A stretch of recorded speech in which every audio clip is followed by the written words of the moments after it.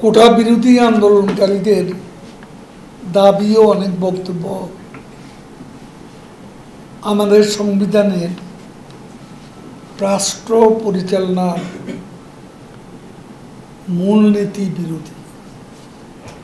সাংবিধানিক রাষ্ট্র পরিচালনার মূলনীতির আওতায় প্রণীত কোনো সরকারি নীতি কেবল রাজনৈতিকভাবে উদ্দেশ্য প্রণীত শিক্ষার্থীদের একটি অংশের দাবির প্রেক্ষিতে পরিবর্তন হতে পারে না। তা উচ্চ আদালতের নির্দেশ না, পবিত্র সংবিধানের আলোকেই কেবলমাত্র বাস্তবায়িত হতে পারে। রাষ্ট্র পরিচালনার মূলনীতি সম্পর্কিত সংবিধানের 19 অনুচ্ছেদে বলা হয়েছে, সকল নাগরিকের জন্য সুযোগের সমতা নিশ্চিত করবে রাষ্ট্র। সেখানে আরও বলা হয়েছে, মানুষে মানুষে সামাজিক অর্থনৈতিক অসাম্য বিলোপের জন্য নাগরিকদের মধ্যে সম্পদের সুষম বণ্টন নিশ্চিত করার জন্য এবং প্রজাতন্ত্রের সর্বত্র অর্থনৈতিক উন্নয়নে সমান স্তর অর্জনের উদ্দেশ্যে সুযোগ সুবিধা দান নিশ্চিত করার জন্য রাষ্ট্র কার্যকর ব্যবস্থা নেবে। জাতীয় জীবনের সর্বস্তরে মহিলাদের অংশগ্রহণ সুযোগের সমতা রাষ্ট্র নিশ্চিত করবে। অথচ গত কয়েক বছরে কোটা না থাকার ফলে সরকারি চাকরিতে মেয়েদের অন্তর্ভুক্তি হতাশাজনকভাবে কমে গেছে। কোটা না থাকা পুলিশের চাকরিতে মাত্র 4 জন নারী অফিসার সুযোগ পেয়েছে। ফরেন সার্ভিসে সুযোগ পেয়েছে 2 জন নারী।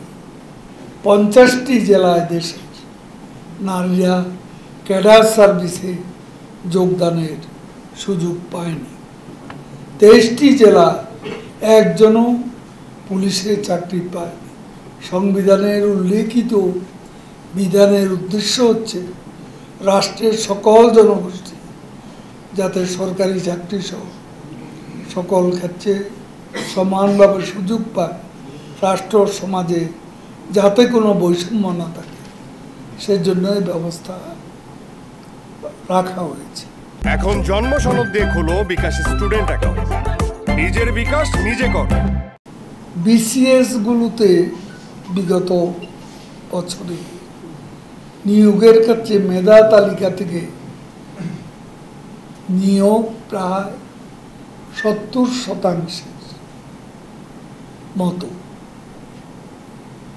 33তম, 35তম ও 36তম এই 3টি বিসিএস পরীক্ষা গড়ে প্রায় 72% প্রার্থীকে মেধার ভিত্তিতে নিয়োগ দেওয়া হয়েছে, যেখানে কোটা থেকে নিয়োগ পেয়েছে মাত্র 28%।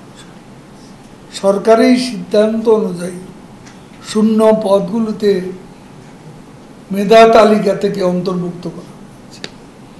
সংরক্ষিত কোটায় প্রার্থী না পাওয়া গেলে যেখানে মেধা তালিকা থেকে প্রার্থী অন্তর্ভুক্ত করা হচ্ছে সেখানে এই প্রক্রিয়ার বিরোধিতা করার যৌক্তিকতা নেই।